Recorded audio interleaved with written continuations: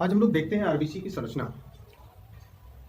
तो जैसा कि मैंने पिछले लेक्चर में आपको समझाया था कि आरबीसी की संरचना कैसी होती है, हम लोगों ने देखा था कि बाइकॉन्केव होती है, जिसकी लेंथ हमने बताया था 7.5 टू 8 माइक्रोन के आसपास, और उसका नीचे से ब्रॉडनेस यानी कि जो उसकी चौड़ाई थी तकरीबन 1.5 टू 2 माइक्रोन, और उसकी मोटाई हमने बता रखा था कि लगभग 1 माइक्रोन के आसपास होता है। और उसी के भीतर हम लोगों ने देखा था लगभग स्तनधारियों में 15 ग्राम प्रति 100 ml के हिसाब से उसमें हीमोग्लोबिन भी पाया जाता था। कुछ इसके अतिरिक्त भी हम लोग संरचना में देखते हैं कि वह कैसे बनी होती है।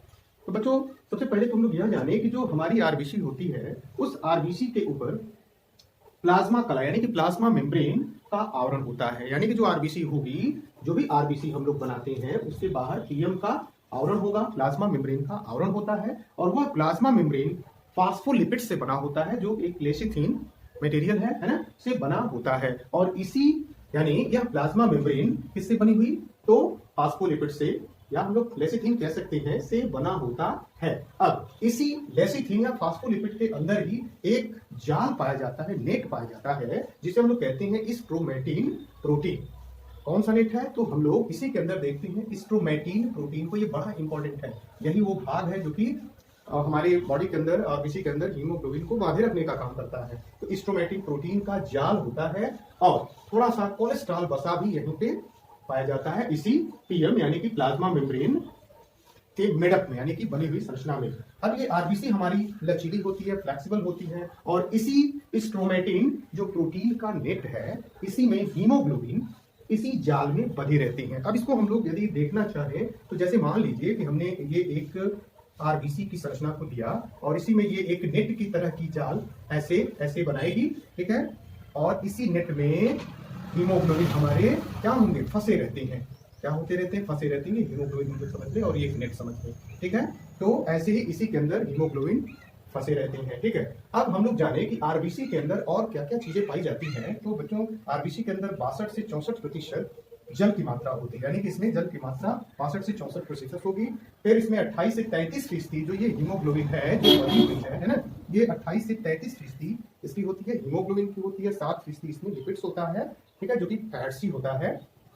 3% इसमें शर्करा होती है, और कुछ विटामिन भी इसी आरबीसी में पाई जाती है, ठीक है। तो हम लोगों ने यह आज एक इंपॉर्टेंट बात सीखी कि आरबीसी के प्लाज्मा कला यानी कि प्लाज्मा मेम्ब्रेन जो कि बनी होती है लेसिथिन से, जो कि फॉस्फोलिपिड होता है, ठीक है ना। इसी में एक नेट होता है, जाल होता है, जिसे स्ट्रोमैटिन प्रोटीन कहते हैं। स्ट्रोमैटिन प्रोटीन का जाल होता है कुछ इस तरह का, और इसी जाल में उलझे होते हैं हीमोग्लोबिन, जो प्रति 100 ml 15 ग्राम की मात्रा में होते हैं, इसी में फंसे होते हैं, और कैरी करते हैं ऑक्सीजन का हमारे पूरे बॉडी में, यानी कि ट्रांसपोर्ट का काम है इनका, ठीक है। इसके अतिरिक्त हम लोग आज और क्या सीख रहे हैं, तो रुधिर क्षीणता, जिसे हम लोग कहते हैं एनीमिया, जो कि आरबीसी से रिलेटेड ही एक टॉपिक है जिसे हमें जानना चाहिए।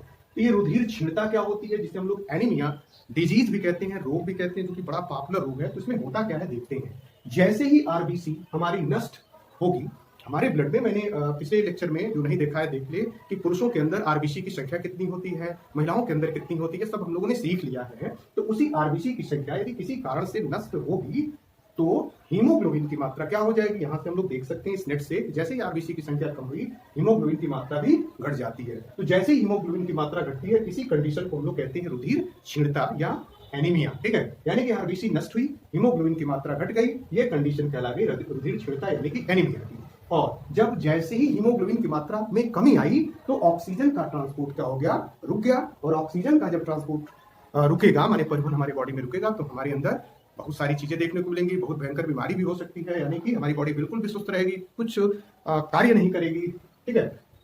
तो इसे हम लोग कहते हैं एनीमिया। हम लोग कहते हैं, डॉक्टर कहता है कि इसके अंदर रुधिर की कमी हो गई है। एक दूसरा कंडीशन हम लोग देखेंगे इसी आरबीसी से रिलेटेड, जिसे हम लोग कहते हैं बहुलोहिता रक्तता यानी कि पॉलीसिथीमिया। अब ये ठीक क्या है, इस एनीमिया के ठीक उल्टी प्रक्रिया है, जिसमें आरबीसी की संख्या क्या होती है, सामान्य से जब अधिक होगी, तो इस कंडीशन को हम लोग कहेंगे पॉलीसिथीमिया, यानी कि जो नॉर्मल होना चाहिए, जो हम लोग सीख चुके हैं, उससे यदि इसकी मात्रा अधिक होती है तो हम लोग इसे कहेंगे कि उसके अंदर एक और डिजीज हो गया, ठीक है ना, जिसे हम लोग कहेंगे पॉली, माने उसकी संख्या बहुत बढ़ गई है किसकी, आरबीसी की, उसे हम लोग कहते हैं पॉलीसीथीमिया डिजीज, ठीक है। और यह एक प्रकार से ब्लड कैंसर का इंडिकेट होता है, जो कि बहुत इंपॉर्टेंट है। अब इसको थोड़ा सा हम लोग डब्ल्यूबीसी को लेकर के समझने का प्रयास करेंगे, तो जैसे ही डब्ल्यूबीसी की संख्या हमारी बॉडी में बढ़ती है तो हो जाता है ल्यूकेमिया, एक प्रकार की ब्लड कैंसर, जो कि आज बहुत ही मशहूर है, मोस्ट पॉपुलर ब्लड कैंसर के रूप में, ठीक है। तो हम लोग इस दोनों को रिलेट करके देखेंगे कि एनीमिया क्या होती है, पॉलीसीथीमिया क्या होती है। इसके अतिरिक्त हम लोग जानेंगे कि जो आरबीसी का उत्पादन हो रहा है, आखिर उसको कौन सा अंग उसको नियंत्रित करता है। तो आरबीसी के उत्पादन का नियंत्रण हमारी बॉडी के अंदर पाई जाती है किडनी, जो कि फिल्टर का भी काम करती है ब्लड के। तो किडनी के जैक्स्ट्रा ग्लोमेरुलर एपरेटर से निकलने वाले एक प्रकार के हार्मोन होते हैं, जिसे हम लोग कहते हैं ग्लाइकोप्रोटीन हार्मोन। और यह क्या निकालते हैं, तो यह निकालते हैं एरिथ्रोपोएसिस नामक ये हार्मोन निकालते हैं, ठीक है ना। इसके द्वारा यह आरबीसी का उत्पादन पर हम कंट्रोल कर सकते हैं, तो यह हमें याद रखना है। फिर हम लोग अपने अगले लेक्चर में थोड़ा सा आरबीसी के बारे में कुछ और भी इंपॉर्टेंट चीजें सीखेंगे, इससे संबंधित यानी आरबीसी से संबंधित कुछ महत्वपूर्ण तथ्य भी हम लोग सीखेंगे कि कुछ ऐसे भी फाइलम्स होते हैं, जैसे एनेलिडा हो गया, है ना, आर्थ्रोपोडा हो गया। इसके अंदर हम लोग आरबीसी की कुछ कंडीशन देखते हैं। क्या देखते हैं, तो एनेलिडा के अंदर आरबीसी पाई ही नहीं जाती है। तो हमारे दिमाग में यह आ सकता है कि जब एनेलिडा फाइलम के अंदर आरबीसी नहीं है तो फिर हीमोग्लोबिन की कंडीशन क्या होगी। तो चलिए इसको हम लोग अपने नेक्स्ट लेक्चर पे बात करते हैं। तो आज के लिए बस इतना ही।